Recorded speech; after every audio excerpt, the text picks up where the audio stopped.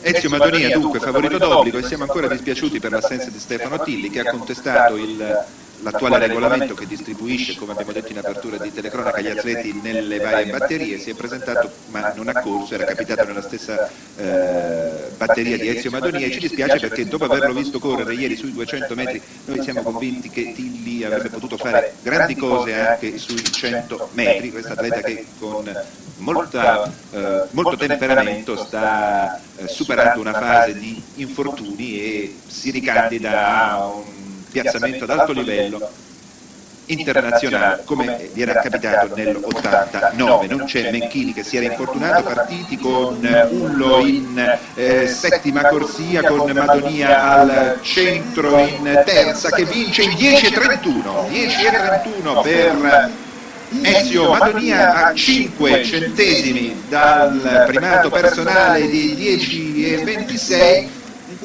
e comunque quella dimostrazione di efficienza che chiedeva il commissario tecnico Elio Locatelli in vista della Coppa Europa. 10,31, si tratta della migliore prestazione italiana, 10,31 per Ezio Madonia, che anche lui viene da tutta una serie di vicissitudini, di infortuni, di problemi. Ezio Madonia, che ricordiamo medaglia di bronzo a Spalato nella staffetta 4% con Tilli, Longo e Floris. Bene, Ezio Madonia ha dominato questa finale dei 100 metri qui a Torino, battendo Boscolo, Catalano, De Masi, Marras, Ullo e Amici. Nelle altre corsie dalla prima allontano, assente Marco Menchini, che si era infortunato in semifinale, schierato in guida. Al secondo posto abbiamo probabilmente Giorgio Marras, che è in sesta, un ragazzo di 20 anni appena. 10,31 per Ezio Madonia, un atleta a questo punto davvero ritrovato.